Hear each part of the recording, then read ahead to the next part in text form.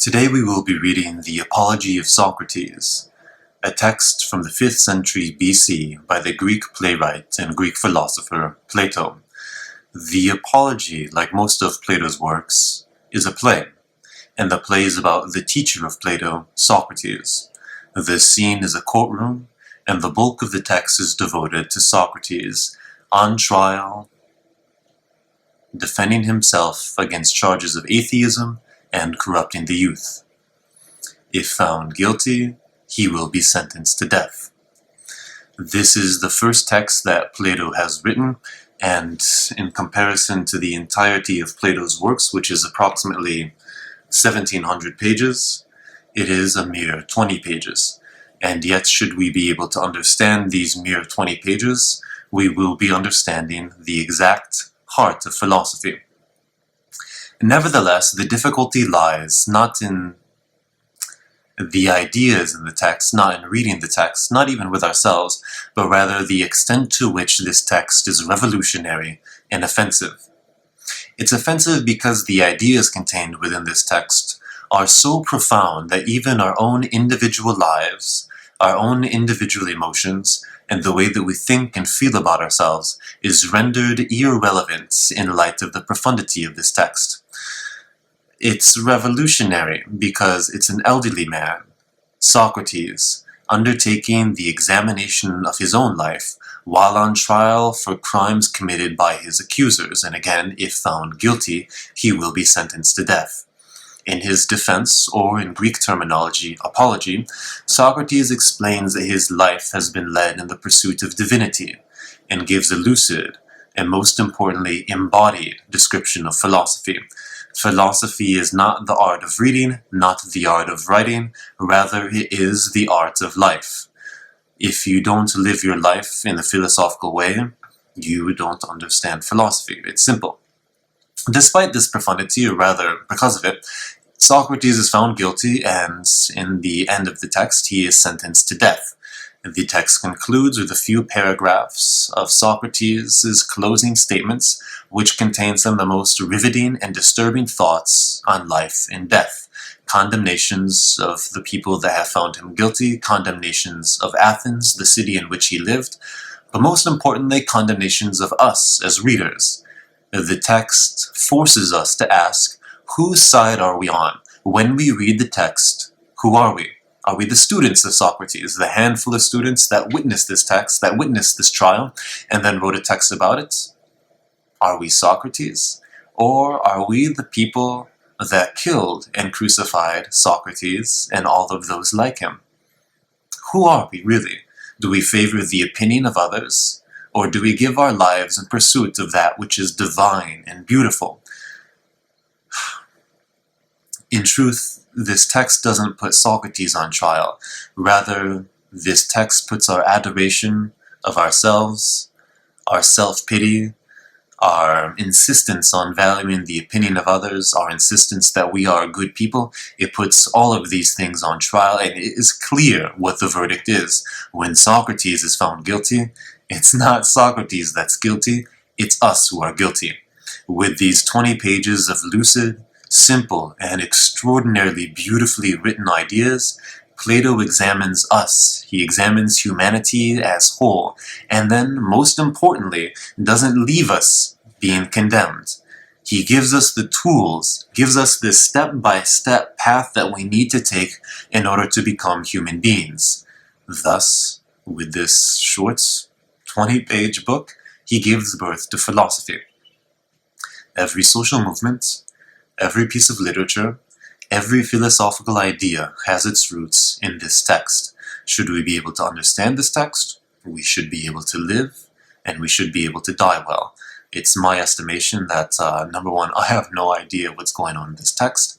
I don't understand this text, and I think that if somebody spends about 50 years reading these 20 pages, they might understand 1 or 2% of what's going on here.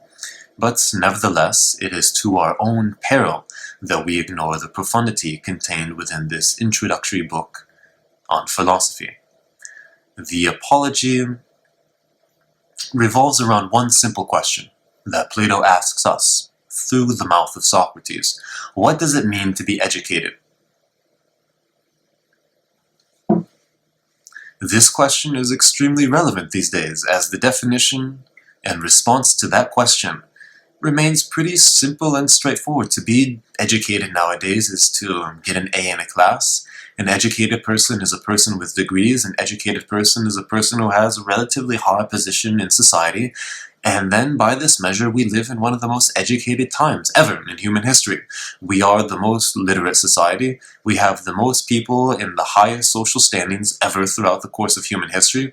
And yet, one honest glance at the news, one honest glance at the state of the world, one honest glance at ourselves shows otherwise. How could this be? How could we, on one hand, claim to be the most educated culture in society throughout the entirety of human history, and on the other hand, see that we are lacking some of the most basic and fundamental problems in human life? The Apology explained this contradiction, showing us that true education, sincere education, profound education, is different from a degree, is different from the esteem of other people. In the opening remarks of his defense, Socrates explains why education is instead an extremely problematic and complicated question, unfolding the psychological dynamics of what education truly is.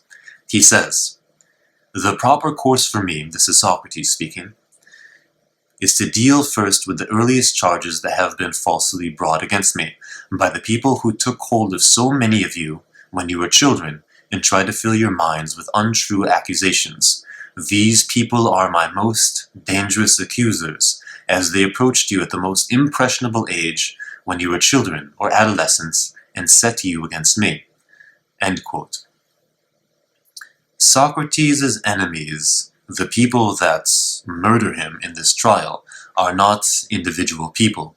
Rather, the greatest enemy of education is being told and then believing in ideas that in language appear to benefit us, but under examination are merely political rhetoric used to weaken and belittle us. This is what Karl Marx would call an ideology, or a set of ideas and beliefs that reinforce social norms that, under examination, don't benefit us.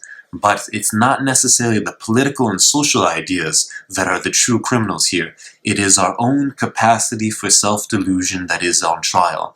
And one of the functions of education, which in this text is synonymous with philosophy, one of the functions of education or philosophy is to bring to light the lies that we've been told, and the lies that we continue to tell ourselves, as these lies justify the injustice that we commit against ourselves. Self-examination, education, and philosophy is a rare, difficult, and painful process, whose aim is to think and feel about the things that will give us a good, meaningful life.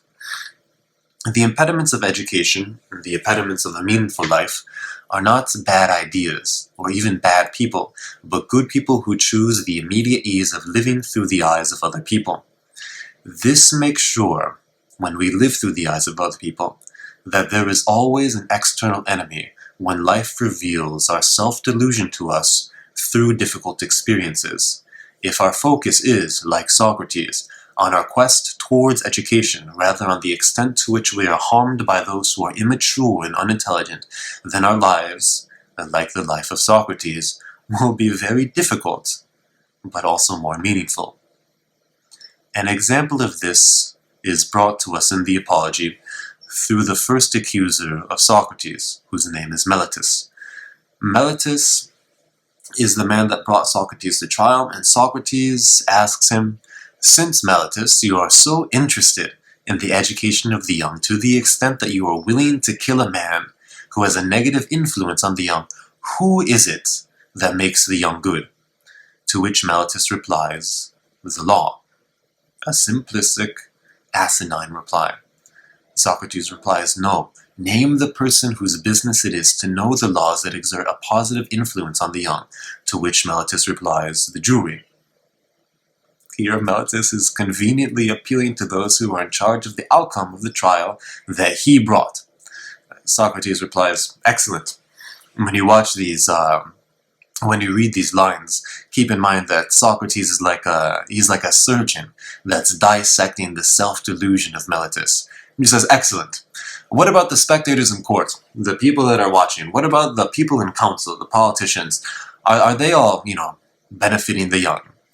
And in this exchange, he's obviously giving Meletus an option. Either one, say something intelligent and risk losing public opinion, or two, lose the opinion of others, maybe even lose the trial, but say intelligent and honest things. Meletus quickly chooses the opinion of others, and Socrates emphasizes the insanity of Meletus' position by asking, just kind of reinforcing the idea. So the entire population, Socrates asks, the entire population of Athens has a beneficial effect on the young, and it is only me that has a bad effect.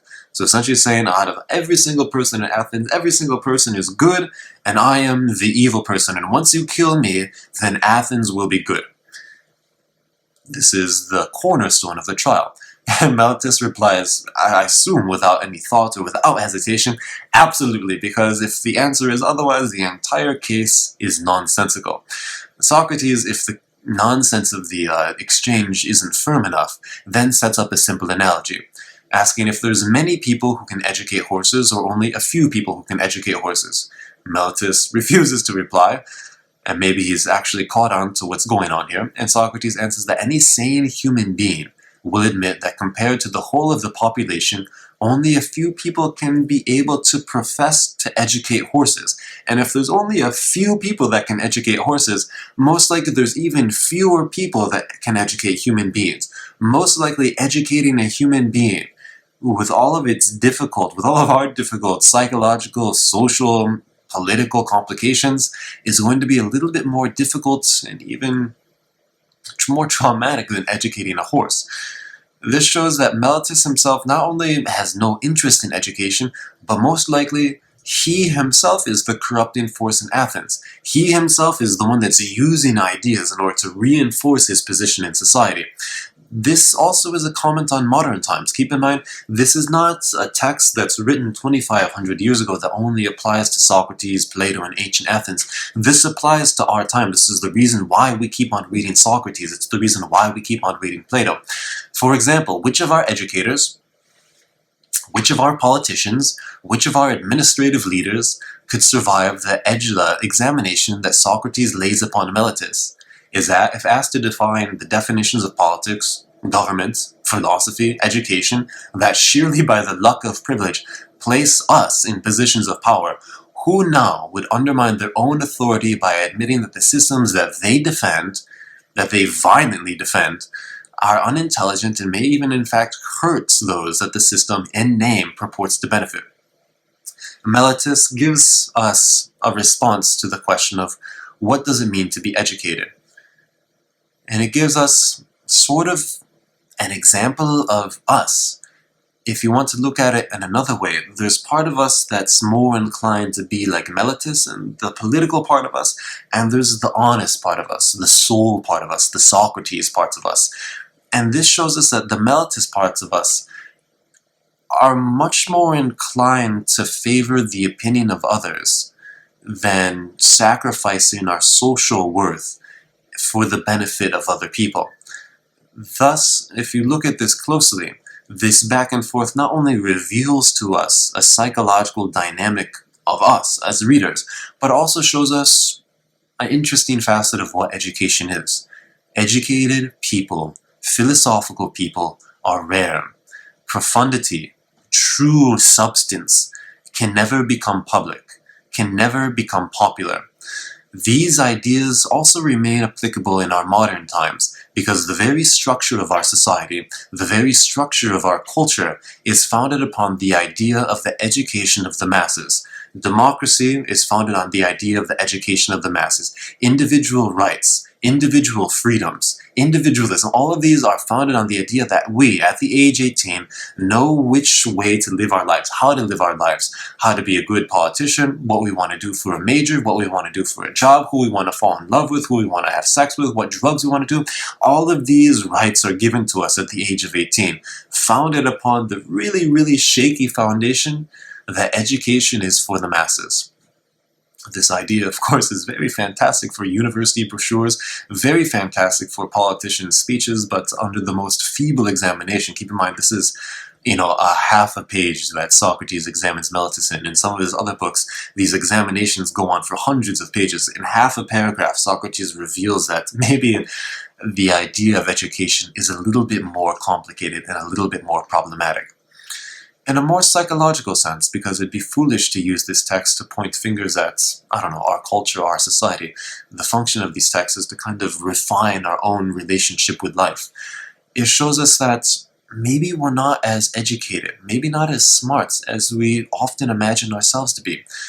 In fact, most of our psychological problems, most of the problems that we have with other people, most of our fears of failure, our fears of rejection, our refusals to forgive ourselves, our refusals to forgive other people. In fact, most of our problems in life come from the extent to which we think so highly of ourselves. The Apology gives us a very straight path towards self-confidence and towards self-worth. And it's not the path that you would typically imagine that we would take in order to find and discover self-worth and self-confidence. Because the exterior of this self-image, the exterior of the idea that we think so highly of ourselves, it looks good.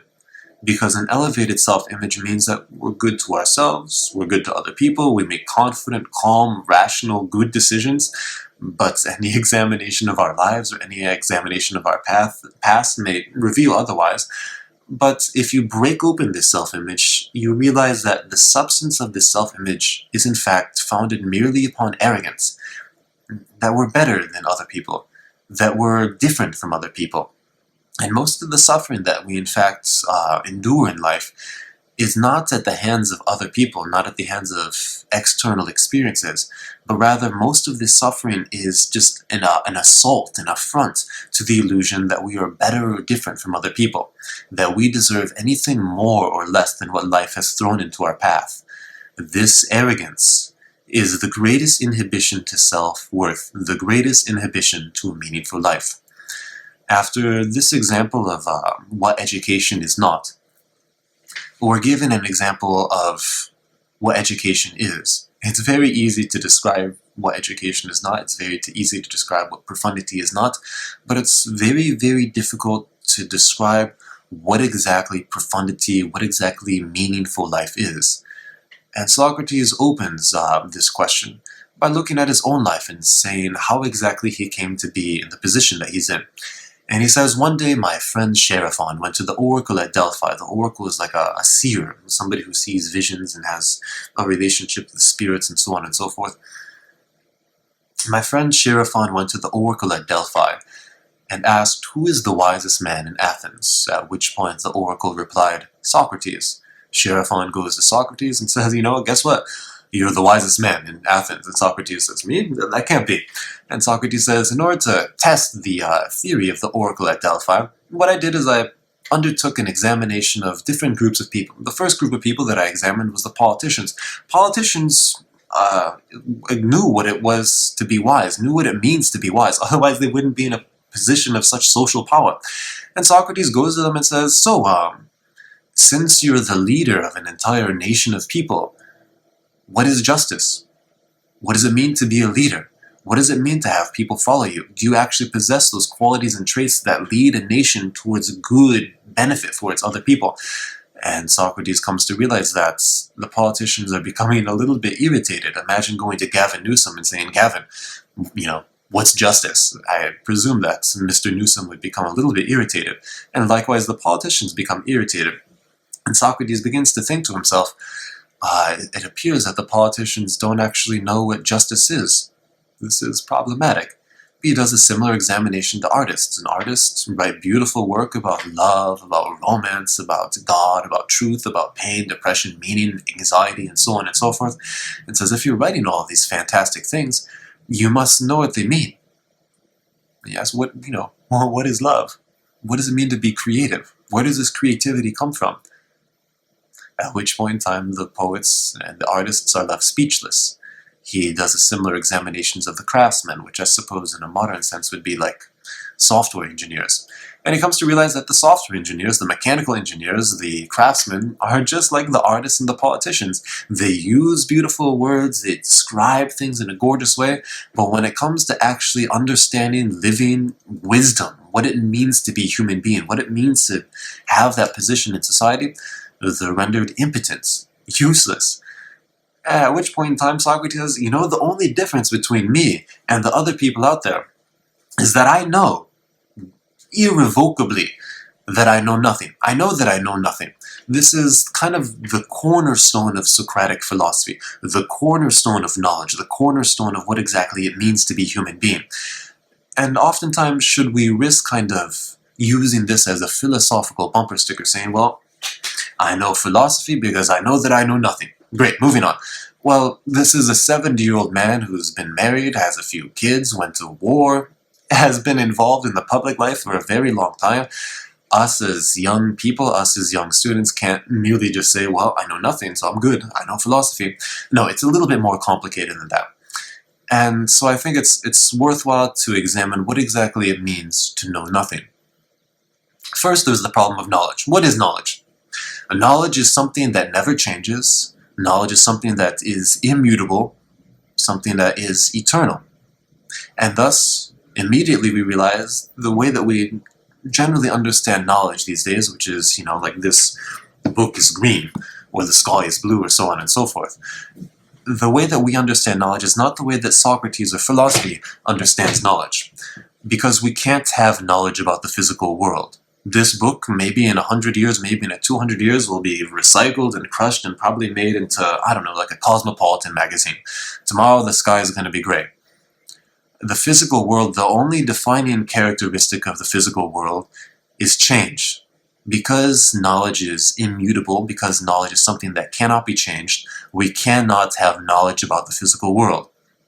This problem and the tension between science and philosophy is mentioned in passing when Socrates mentions this man named Anaxagoras, who's kind of like an early scientist who asserted early scientific doctrines that's relatively similar to the scientific doctrines that we possess now. In contrast, Socrates is like a psychologist. He instead goes inward and asserts a doctrine of philosophical and psychological poverty and says this is what it means to be a philosopher. This is what it means to live and have a meaningful life. Poverty. To know nothing. If you want to understand how important and how central this concept is, realize that this concept is repeated in so many different cultural and philosophical contexts that it is astounding. For example, in the opening pages of the Gospel of Matthew, the first beatitude that Jesus gives us in his Sermon on the Mount is that blessed are the poor in spirit, for theirs is the kingdom of heaven. Maybe about 600 or 700 years later, the Prophet Muhammad once claimed that my poverty is my pride.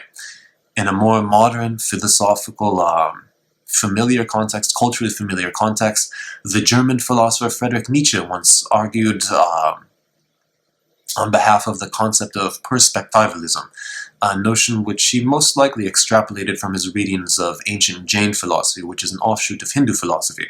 Nietzsche, like his religious predecessors, argues that perspectivalism, or the examination of what exactly a perspective is, he argues for that each human experience, for each human emotion, for each human problem that we encounter, there are a wealth, perhaps hundreds and hundreds of perspectives, hundreds of ways of looking at this emotion.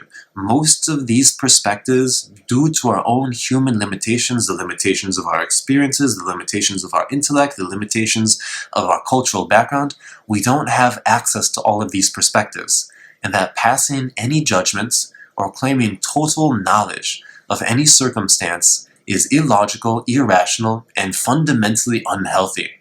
This is keeping in mind that emotions, specifically negative emotions, are nothing but judgments.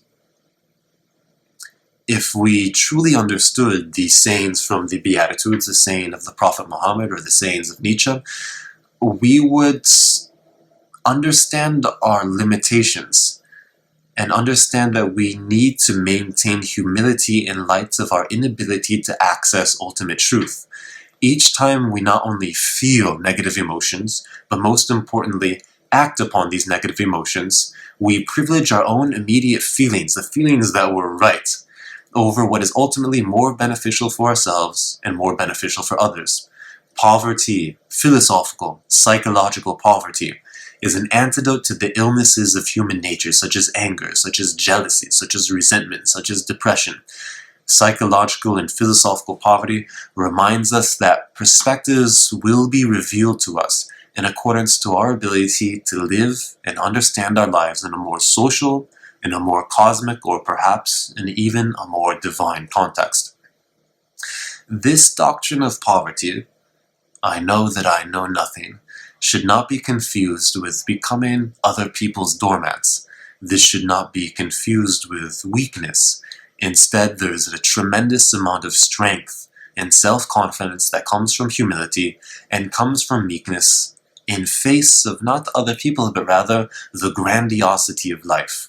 The entire aim of philosophy, of education, of Socrates, of this doctrine of poverty, is to set our expectations of ourselves not on other people's compliments, not on other people's criticisms, but rather on fundamental truths that come to light once we remove ourselves from our individual emotions, individual aspirations, and even from our individual lives and histories. Though admitting these fundamental truths, maybe that our lives really aren't as meaningful as we once imagined them to be, as we often imagine them to be, as that our aspirations maybe won't bring us all the happiness that we imagine them to do. Admitting these truths is pretty miserable, but also refusing to admit these truths and surround ourselves instead, socially and psychologically, with self-gratifying lies is to build a psychological self-image. A self-image is nothing but the way that we think about ourselves. A psychological self-image that has no honest reflection or assessment of life, and thus can only result in unresolvable pain and paranoia. The story of Socrates is the story of someone that not only admits these truths, but lives these truths, and stood before a court while facing the death sentence, and calmly showed and respectfully showed that the ideas and feelings that belong to our soul are more important than what belongs to our individual aspirations, social and physical. This humility and poverty, again, is distinct from playing the victim. False passivity, playing the victim, is the opposite of genuine poverty, as playing the victim claims to know the origin of our pain and allows us to blame our circumstances on other people. When we play the victim, when we point our fingers at other people, when we blame every single human being out there, it's the idea that we often say other people should live like that, but not really ourselves. When we point the finger at other people and say, you are the true origin of our pain, we make a couple problems. First, this doesn't connect us individually to our soul. This connects us more to the ineptitudes of other people. And we argue that most of our problems are the result of other people's issues. And this is a psychological dynamic which, by definition, gives other people more power over us. Once we blame other people, it's immediately a relief from pain, but in a more longer-term sense, it perpetuates pain and perpetuates weakness. False poverty, playing the victim, is a cheap way to explain pain, and in fact inhibits many of the most beautiful aspects of pain. For example, pain encourages self-reflection. Pain is an emotional drive to look at ourselves with as much clarity as possible.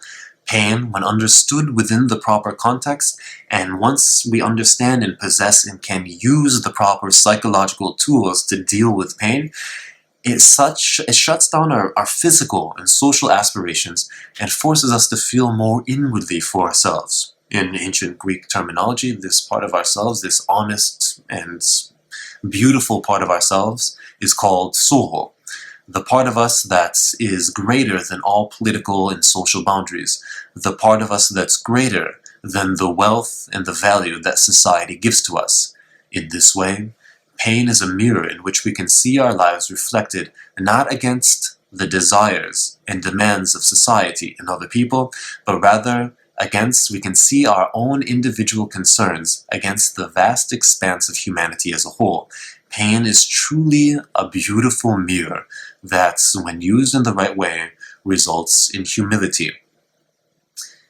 The opposite of Socrates' philosophical poverty, playing the victim, it also establishes an ethical dynamic whereby we are the only people who are right in a world where everyone else is wrong. This is no good. This is problematic, if only because the end result is a fragile self-righteousness and a firm self-pity, which is easily shattered in moments of more honest self-assessment, when we realize that it is illogical to place our pain, which is connected to the most profound moments in our lives, in the hands of other people's weaknesses. This weakness is noted in Socrates' second examination of poor Meletus, where Socrates notes that no one does harm willingly. I mean, if we understood the lines in this text, our lives would be completely different. Human history would be completely different. Socrates notes, "Am I so helplessly ignorant?" This, again, is Socrates speaking. "Am I so helplessly ignorant as to not even realize that by spoiling the character of one of my companions, that I shall run the risk of getting some harm from him?" End quote. In this simple line, Socrates reveals to us that other people never hurt us. Rather, the ignorance of other people wounds us. The ineptitudes of other people wounds us. The immaturity of other people wounds us. The weaknesses of other people wounds us. Those that wound us, those that hurt us, deserve not our blame, but rather our pity. If we choose to blame others, we merely succeed in becoming weaker than those who initially caused us pain. Again, a dynamic which perpetuates pain and perpetuates weakness. There's a reason why this philosophical and psychological poverty is the cornerstone of all profundity. As the Spanish philosopher Saint Teresa of Avila astutely noted in the 16th century, if we choose to play the victim, we ultimately come to resemble the demons that we fight. In contrast to true poverty, most of us grasp at strength by asserting ourselves over other people and asserting that our own individual lives, pursuits, are important. The end result of this desperate and futile attempt at strength is weakness, as we only succeed in constructing a self-image that is dependent upon the opinion of others, the identity constructed through our experiences and our value to society. There is so much more to us than that which society values. In contrast, Socratic poverty, admitting and understanding human weakness, ignorance, and futility, results in strength. If our self-image and interest reside not in fear of other people, or even fear of death, but rather fear of transgressing fundamental human values, we have a self-pride and self-confidence that is immutable and unchangeable. This is what knowledge is. This knowledge can never be taken away by anything or by anyone. It is to this end that Socrates cries out, "Are you not ashamed that you give your attention to acquiring as much money as possible, to acquiring reputation and honor, and give no thought to truth and understanding and perfecting your soul?" And these lines are beautiful. Socrates is the strong man because he has the only true form of strength, which is poverty and understanding, which allows him to stand tall, confident, and honest, looming like a huge, incredible man over Meletus, Anaxagoras, Athens, and even life itself. And he reproaches others not for their individual crimes, but rather their adoration of things that will only bring them pain. Socrates is not concerned about his life. He is not concerned about his death. In the defense, he's defending other people. In the apology, he's apologizing for other people. He says, "I am not pleading on my own behalf," Socrates says, "but rather on your behalf." End quote. Poverty gives us power over oneself. If we understand this philosophical poverty, we have a more difficult life, but we have a more meaningful life. Socrates also gives us another way to understand why this doctrine of poverty is essential to becoming mature human beings. After he conducts his examinations of the politician, artist, and craftsman, he separates human wisdom from divine wisdom, and says that no human being has access to divinity. In his own words, he says, "Real wisdom is the property of God, and human wisdom has little or no value. The wisest of you men is he who has realized like Socrates, that in respect of wisdom, he's really worthless. End quote.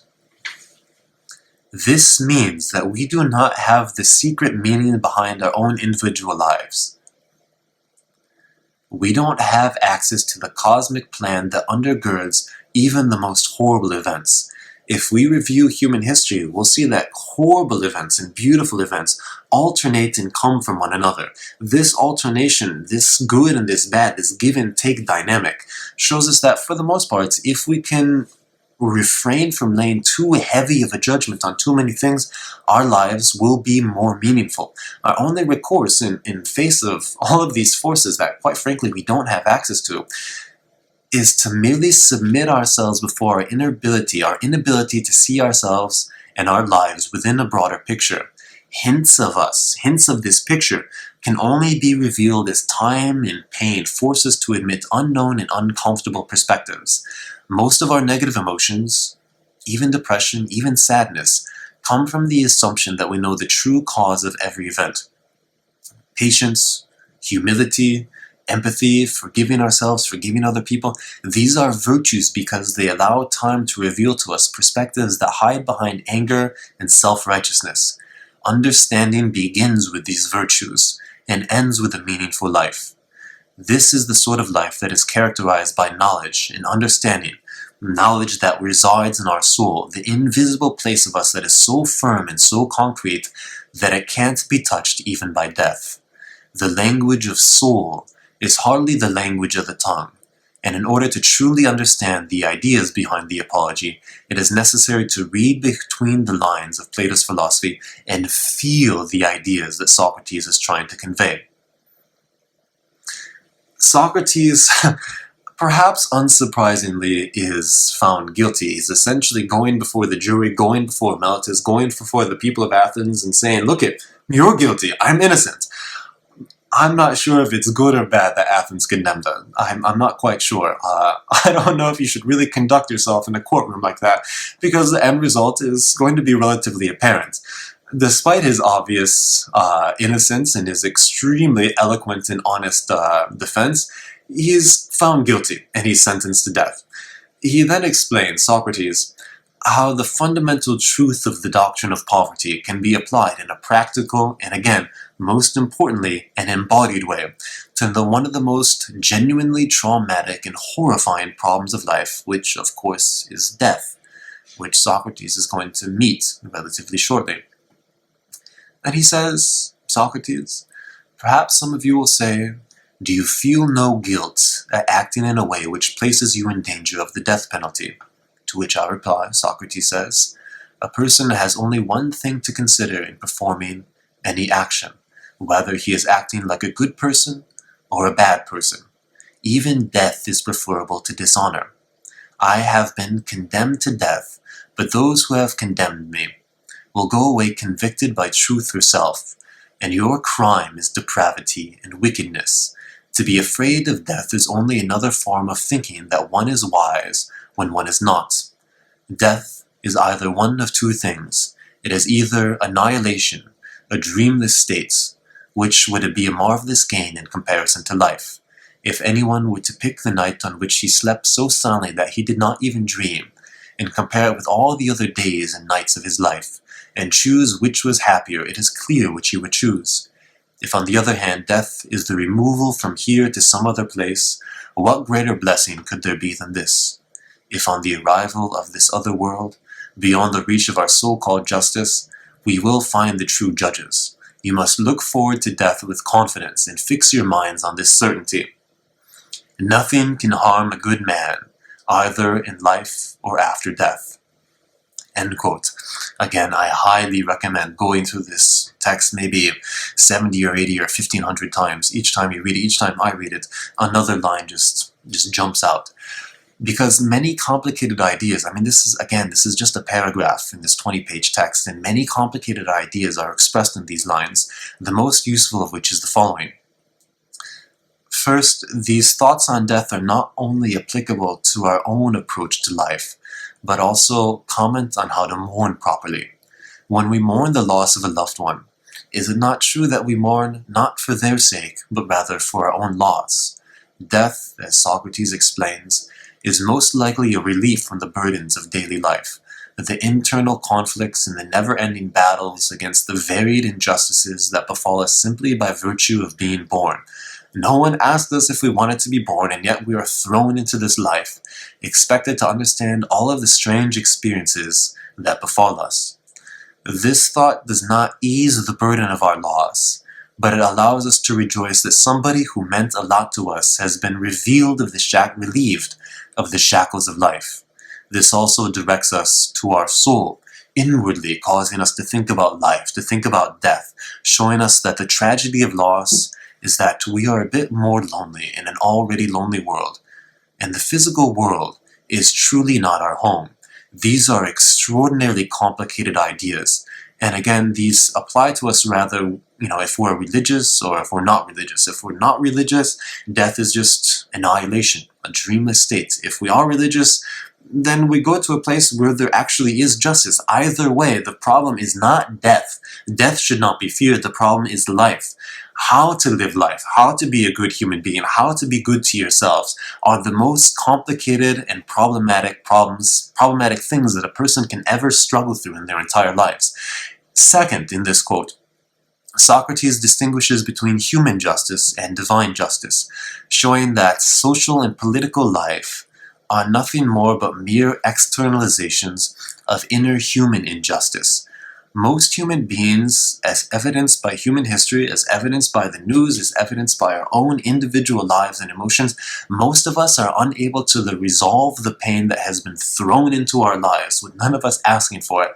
And thus, most of us will not internally be just, and thus, never externally will there ever be true human justice. We will never get the things that we truly deserve. When we talk about social justice, like when we talk about the education of the masses, it should be the ideal, it should be the aim, but we should never live our lives with the assumption that these aims can ever actually be achieved out there in the political social world. If we understand first how to be just to ourselves, then justice can be lived. This means that we should be a little bit more careful, we should be a little bit aware of our surroundings, and a little bit more suspicious of our true intentions when we approach various aspects of life. Again, at the age 18, at the age 20, at the age 25, at the age perhaps even 50, we should be a little bit aware how we approach relationships, how we approach romance, love, sex, drugs, education, major jobs, so on and so forth, knowing that human beings are not as profound or as just as we claim to be, and these ideals live in a divine realm that we don't really have access to. Most likely we should be a little bit more careful with how we treat ourselves and how we treat other people.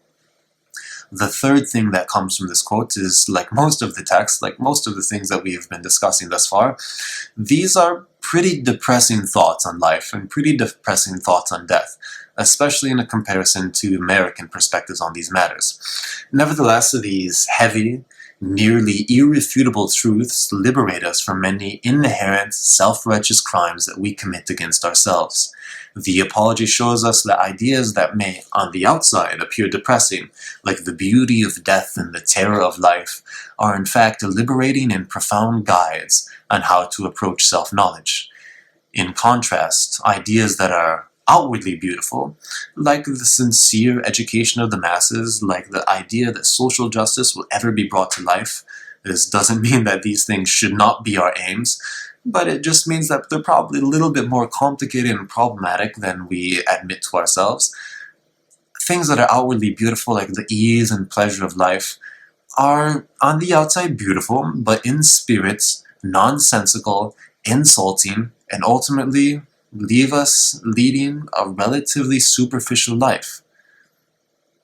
These statements lead us to ask a series of unavoidable and unanswerable questions, which are the true horrors of what it means to be a human being, the true tragedies and difficulties of what it means to be a human being. What does it mean to be good? If death is not the problem, but rather life, how should we live our life? Should we imagine that these are easy questions? Keep in mind the fate that usually befalls good people. the price that Socrates pays for encouraging us to consider that perhaps we're not as intelligent or profound than we imagine ourselves to be. The price that these people pay, whether it's Socrates, whether it's Gandhi, whether it's Jesus, whether it's Malcolm X, is obvious. Athens did not simply murder, kill, crucify a man, but they killed a man. We killed a man who is part human and part divine, and the weight of this crime gives birth to the craft of philosophy. This burden of self-examination rests upon each human being's shoulders. It is your obligation to yourself. The depth of these questions, and the reality of the wickedness of certain aspects of human nature, which is all the more wicked because its ability to be redeemed in favor of a mature, good, and useful life, are underscored by Socrates' last line to the jury, for which Plato has Socrates look, as it were, directly at us, and deliver the chilling line. Now it is time that we are going, I to die and you to live, and which of us has the happier prospect is unknown to anyone but God.